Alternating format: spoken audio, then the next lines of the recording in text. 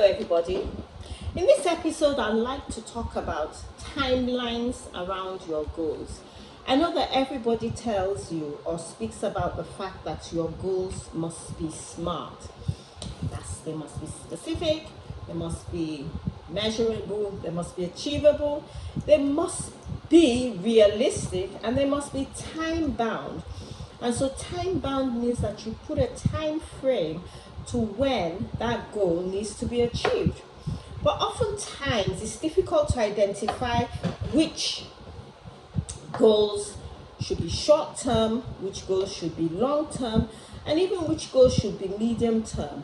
And so I want to create some clarity around the issue of the timelines to do with your goals, because it's very important that career goals are set with a helicopter view of your entire career and not just one aspect of it. So consider yourself in a helicopter and the ground is your career. You must be able to see all the moving parts of your career before you set any goals. And this will help you to determine exactly where you want to end up or what your ultimate goal in your career is. So your long-term view of your career is really it needs your long-term goals to achieve, whilst your short-term goals are the things you do in the interim, which will ultimately lead up to your long-term goals. So let's look at examples to consider. So your long-term goals are the ones that take a bit of time to achieve. They're not easily attainable, but when you now set the task or the actions towards achieving the long-term goal, they become short-term goals that lead to the long-term, and you must set these and whilst having that helicopter view of your career. So let's look at some of them. So earn a degree or a certification might be a long-term goal, in the sense that the course is a 24-month course or the course is a 12-month course. So that has to be a goal. It's not achievable in the short term. Short term, I think, is 3 to 6 months. You could mention as short term, but once it extends beyond that, then it just becomes a long-term goal. It could be to do a PhD, for example, and that can take as long as you want it to take, because you go at your own pace. It could be also making a career switch might be a long-term goal. Remember, we have said that when you're creating your career blueprint, you're going to do a self-assessment which tells you where you are now and where you want to be, and it will also tell you, what to do to get there. So your career plan takes you from point A to point B, and the in-between are the tools, the actions, the steps you need to take to get there, along with the time frame. So you might identify that you're not in the right career or you're not in the right professional establishment in order to achieve the goal you want. That is more of a long-term goal that you will have to make some short-term steps in order to achieve. So if you're unhappy, for example, in your current job, or you feel like you're in a dead-end job, there's no room at the top for you, you identify this very early. But you must create a plan that will allow you to exit in a way that ensures career growth. It's not something you do on a whim. It's not something you do unprepared, but it is a long-term goal that you now work towards. Another example of a long-term goal is, for example, to become an expert in your field. So in your career, you don't suddenly wake up and you're an expert. Becoming an expert takes time, dedication. Do you understand? It takes resources, energy, commitment. But you actually can create a plan towards becoming an expert or being recognized as an industry leader. That indeed is a long-term goal that will have short-term goals that will make you reach it. For example, being more visible, taking some speaking engagements, doing some certifications and trainings, doing some training, in-house training as well as external, writing a book, for example, or doing a blog on a particular issue, a niche area that you've created. So all these will ultimately lead to your goal of becoming an expert, which is your long-term goal. Another long-term goal can be reaching leadership in your organization, attaining a leadership position. Again, this is a long-term goal that you can plan towards. This requires certain skill sets, and you deliberately working or executing on a well-laid plan.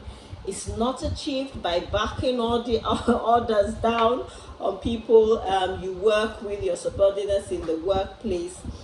And it's more about sharing your knowledge, owning your mistakes when you make them, using the resources available to you, building a team, mentoring the younger colleagues in the office, accepting that you don't know it all and working harder than anyone else on your team to show or lead by example. All these things will help you build up to the place where that leadership recognition will come, or the leadership position will indeed come. You have to be able to communicate very well to those around you as well as delegates. Another long-term goal can be to be recognized as a thought leader, that is by your industry and not now necessarily by your organization. I'm differentiating this from attaining leadership. So being recognized as an industry expert or receiving a prestigious award in your industry, either locally or internationally, can also be a long-term goal which you work towards. You understand? Aim to be recognized for your efforts as an expert, and you have to create a plan of short-term steps that will lead to the ultimate goal. I hope that this gives you an idea of what a long-term goal could be. There's so many more examples. I'd love you to send me an email and tell me some that you've thought of or that you have gone through even in your own career, or that you're actually working on even as we speak. Now let's look a little bit at what short-term goals are. So like I have said, your short-term goals will ultimately lead or set the tone for achieving your long-term goals. So these are things that enable you achieve your objectives over time. So for example, gaining a new skill, you understand? So the more diverse your skill set in the workplace, the better chance you have of impressing your current boss or a potential boss. So it's very important when you're trying to set your career goals that you identify the new skills that can help set you out from the crowd, that can make you stand out and become more visible. Skills that other people within your organization don't have, that can ensure that when the opportunity arises, you become top of mind. Another one is a short-term goal can be to boost your networking ability. A lot of people are shy and don't really like to network. Network is really just making a connection with your industry players, clients, colleagues really, and sharing information, sharing contact details with another person. But a lot of us shy away from this. This is a short-term skill that you can start to acquire. So you develop social and professional contacts with whom you can exchange insights and information. It's also a great way to hear about new openings in your industry or in organizations, which you might consider taking up as a career move. And if you're looking, particularly if you're looking to change jobs, so networking is a skill that practice makes perfect. So it might be something you want to look at as a short-term goal.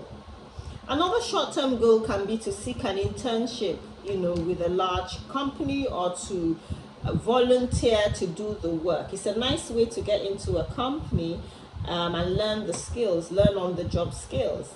In fact, many people, this is perhaps one of the most important things you can do in your career is volunteering for roles for which you are not paid. I know sometimes it's hard to do that, but you acquire knowledge that you would otherwise have been close to you, and this helps you stand out from the crowd.